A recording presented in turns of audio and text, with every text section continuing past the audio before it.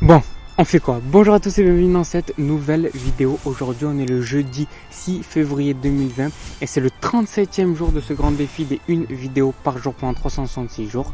Et aujourd'hui, c'est quoi? Aujourd'hui, c'est jeudi. Le jeudi, c'est récréation.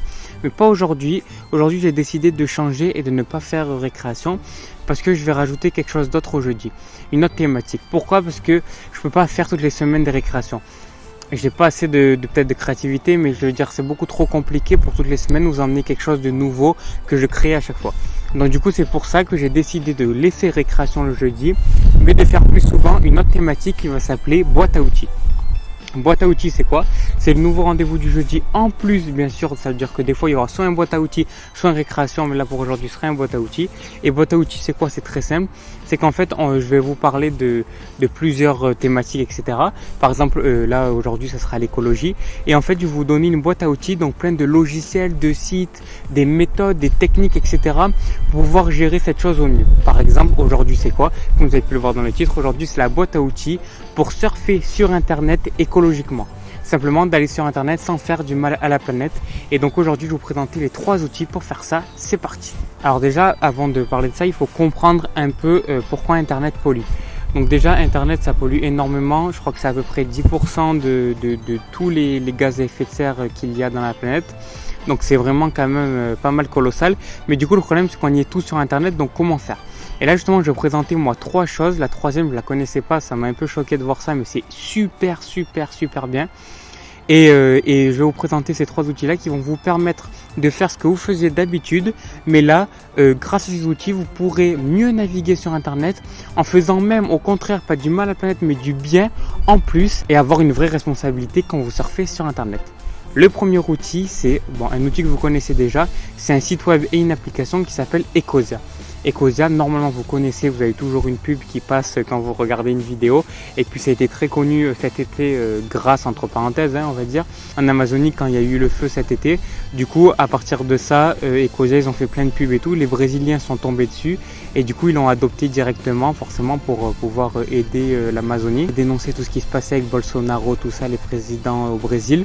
Et du coup ils ont commencé à faire des publicités et ça a pété complètement leur site, et c'est de là qu'ils ont commencé à faire des publicités que vous pouvez voir devant les vidéos. Bon, ils en avaient déjà fait depuis 2017, ils étaient associés à beaucoup de youtubeurs et tout, mais là ils sont encore plus présents qu'avant.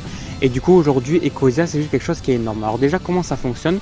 Ecosia c'est très simple, on dit que c'est un moteur de recherche mais c'est pas vraiment un moteur de recherche. En fait il se base sur un moteur de recherche qui existe déjà pour récupérer les résultats, et c'est grâce à ça après qu'ils vont pouvoir vous servir les résultats quand vous allez les demander. Donc eux, ils se basent sur quelle base? Ils se basent sur Microsoft et sur le moteur de recherche Bing. Donc à chaque fois que vous allez sur Ecosia, en fait vous envoyez une recherche à Bing et vous la renvoie, mais c'est eux directement qui font en fait cette alternative là, donc c'est pour ça que l'argent leur revient. Toutes les 45 recherches, ils plantent un arbre. Pourquoi?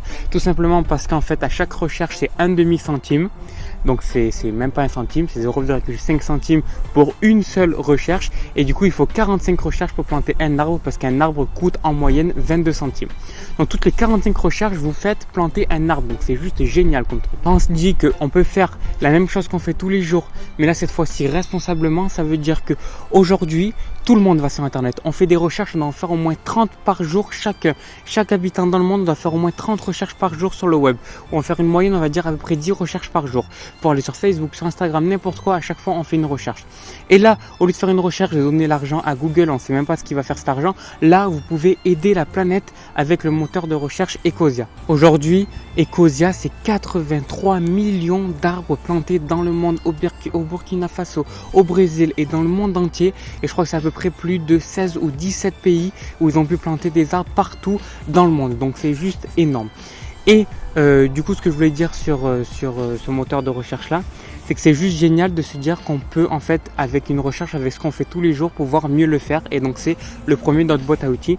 Aussi je voulais vous dire une autre chose, c'est que souvent les gens ils disent ouais mais Ecosia et tout, mais le problème c'est que c'est un moteur de recherche, donc ça pollue avec les serveurs et tout. Et ça c'est totalement faux. Pourquoi? Parce que déjà il faut savoir qu'ils se basent sur le moteur Bing. Et Bing, 70% de leur électricité et de leurs ressources sont bio-responsables. Car ils marchent avec des panneaux solaires et avec des énergies renouvelables, donc avec les éoliennes.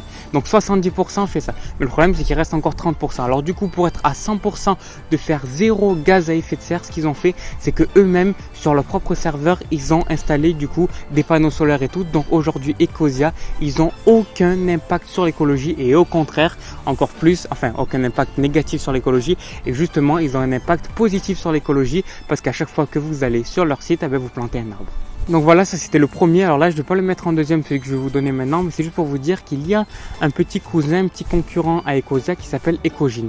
Ecogine, à la différence d'Ecosia, c'est qu'il est français, parce que Ecosia c'est allemand, Ecogine c'est français. C'est quoi la différence? C'est exactement la même chose, à part qu'eux ils sont beaucoup moins connus. Alors la différence, c'est qu'eux ils se basent sur le moteur de recherche Google. C'est-à-dire qu'à chaque fois que vous faites, c'est exactement comme l'autre. À chaque fois que vous tapez une recherche, ben là ça envoie la recherche à Google et non à Microsoft. Et du coup, vous avez des meilleurs résultats forcément parce que Google, ils sont plus sur ça. Et également, Google, eux, ils sont à 100% éco-responsables. Et donc, du coup, ils ont 0% de gaz à effet de serre également. Mais directement sur leur serveur à eux, ils marchent avec les éoliennes, tout ça. Donc, Google, c'est beaucoup plus responsable. Du coup, Ecogine, c'est sur ça qu'ils sont un peu mieux et surtout qu'ils sont français. Mais après, Ecosia, c'est beaucoup plus connu. Donc voilà, vous faites votre choix. Ecosia, Ecogine. De toute façon, je vous mets tous les liens dans la description comme d'habitude. Le deuxième de cette boîte à outils, le deuxième outil, c'est tout simplement CleanFox. CleanFox, c'est quoi? C'est un logiciel qui vous permet, enfin c'est pas un logiciel, c'est un site internet et une application, je crois, qui vous permet tout simplement de trier vos mails. Il faut savoir que les mails, ça pollue énormément. Il faut savoir qu'un mail, c'est 10 grammes de CO2 pour un mail. Un seul mail, c'est 10 grammes de CO2. Également, ce qu'il faut savoir, et ça c'est complètement fou, c'est qu'il y a plus de 300 milliards de mails qui sont envoyés par jour. Non, pas par an ou quoi, par jour, 300 milliards de mails envoyés chaque jour. Mais vous imaginez ce nombre comme c'est juste énorme. Alors du coup, comment faire pour que... Et en plus, 60% des mails ne sont jamais ouverts.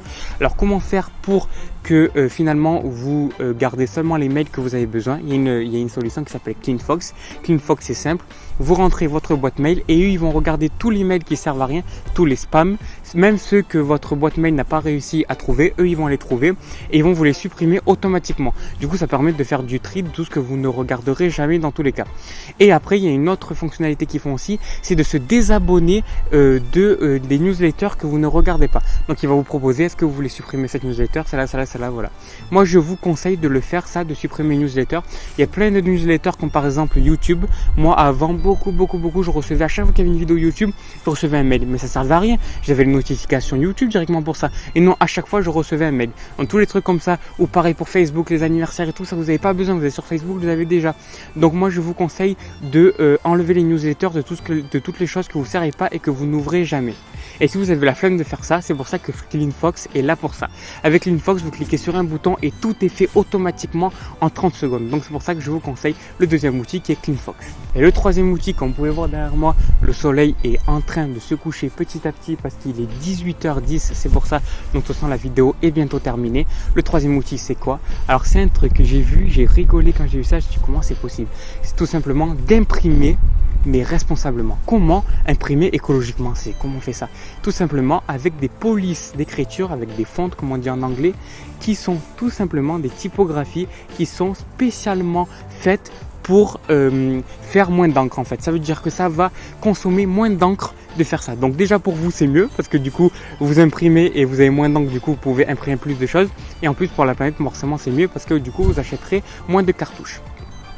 Alors comment ça marche? C'est simple. En fait sur la police quand vous la mettez en gros, là je vous mets une image, il y a plein de petits points blancs à l'intérieur.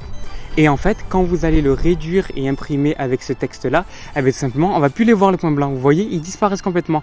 Et du coup, ça permet d'utiliser moins d'encre parce que ça va pas imprimer où il y a les points blancs. Du coup, ça veut dire que ça imprime, ça fait moins d'encre et ça imprime exactement la même chose de la même qualité. Donc ça, c'est juste génial.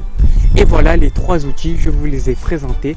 C'était le tout premier boîte à outils de cette série. J'espère que cette série va vous plaire. Moi, je me languis de faire toutes ces vidéos. Voilà, merci à tous d'avoir regardé cette vidéo. Nous, on se retrouve demain pour vendredi, ça Apprentissage profond.